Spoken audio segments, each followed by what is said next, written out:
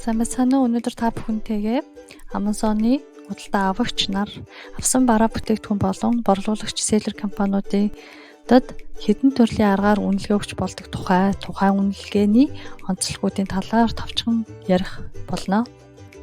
Өнөөдрийн гол сэдэв бол seller feedback, review, rating, unboxing эсвэл how to видеоны ялгааны тухай авч үзэх болно. Seller feedback option ямар тохиолдолд та seller feedback өгөх боломжтой вэ гэвэл энэхүү цонхон дээр харагдаж байгаачлан хоёр өөр төрлийн барааны нэг нь seller feedback optionтай, нөгөөх нь seller feedback option алгаа. Энэхүү seller feedback option гардаг учир нь Amazon-ы борлуулагч болон худалдаалагч компани нь Amazon-оор fulfillment буюу Amazon-ы хяналтад болон delivery үйлчилгээг аваагүй өөрөө хариуцж байгаа тохиолдолд та тухайн барааг хэрхэн хүлээж авсан, хэр хурдан shipping хийгдэж тань дээр delivery хийсэн тухайн компани өөрийн үнэлгээгээ өгөх боломжтой тэр цонх юм аа. Amazon-ы feedback-ийг та ордер хийснээс 3 хоногийн дараа seller feedback өгөх боломжтой ба ордер хийснээс 90 хоног хүртэлх хугацаанд та өөрийн хүссэн feedback-а seller-т өгөх боломжтой байдаг. Seller feedback сонголтын товчхондоо та Amazon дээр бараа бүтээгдэхүүнээ борлуулж байгаа компаниуд өгч байгаа үнэлгээ юм аа. Энэ нь харин бүтээгдэхүүнд өгч байгаа үнэлгээ огт биш юм шүү. Хэрвээ одоо seller feedback өгөхөөр та шийдсэн бол юунд анхаарах ёстой вэ? Seller feedback цонх ямархуу харагддаг талаар танд товчхон дурдъя. Энэхүү цонхонд харагдаж байгаатай тун адилхан цонх харагдах ба үүн дээр та тухайн барааг хэр хурдан өөрийн гэртээ хүргүүлсэн, сапаглаа бодлон хэр бүрэн бүтэн байсан, мөн төлчлэн та тухайн бараа бүтээгдэхүүн таны бодлоор үнэ нь хэтэрхий өндөр эсвэл бага байсан тухай сэтгэлдээ бичиж болох ба селлерүүд юу н цаашдаа юунд анхаарах тухай бичих санал хүсэлтэд өгөх талбаруудтай дэлгэцэн дээр харж байгаачлан та submit feedback товчийг дарснаар таны feedback селлерт очих болно.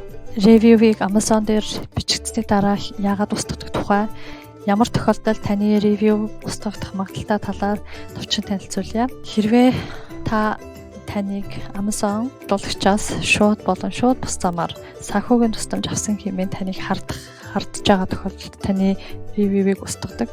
Хоёрдугаарт тэд таныг ойр дотныхоо хүний борлуулсан бараан дээр сэтгэгдэл бичсэн тухай мэдэх юм бол бас таны сэтгэлдлийг устгадаг. Мөн түүнчлэн тухайн селлерийн бүтээгдэхүүнийг үйлдвэрлэж өгсөн үйлдвэрийн ажилтан, үйлдвэрийн хүмүүс үйлдвэр хийж явах процесс нь бусад бараанаас хэрхэн ялгаатай өөр тухай үйлдвэрийн явцтай холбоотой тухай сэтгэгдэл дээр оруулсан байх юм бол бас энэхүү сэтгэлдлийг устгадаг ба нэг бол хэрвээ та ямарваа нэгэн барааг дээр тавьж байгаа муу сэтгэгдэл чинь олон дахин удаа давтагдаад та тэр бараанаас 2-3 удаа аваад 2-3 удаа муу сэтгэгдэл үлдээх юм бол бас таны бүх сэтгэлдлийг устгах аюултай ба ревю нь үлдээснийхээ төлөө мөнгөн шагнал авсан эсвэл та компьютер тоглоом дээр сэтгэгдэл үлдээлээ гэхэд компьютер тоглоомны кредит авсан тохиолдолд үнийг мөнгө тусламж авсан хэмээн гэж хардаж таныг бас сэтгэлдлийг чинь устгах магадaltaй байдаг ба та тухайн бүтээгдэхүүний сэтгэлдлийг бичихдээ тэр бүтээгдэхүүний өрсөлдөгчийн талаар сөрөг сэтгэлдлийг бичсэн байх юм бол таны сэтгэл устгах магадaltaй байдаг гэдгийг та анхаараарай. Мөн түнчлэн хоёр селлер хоёр биенийхээ барааг худалдаж аваад биендээ сайн сэтгэл үлдээсэн гэдг нь мэддэг тохиолдолд бас таны сэтгэлийг устгадаг.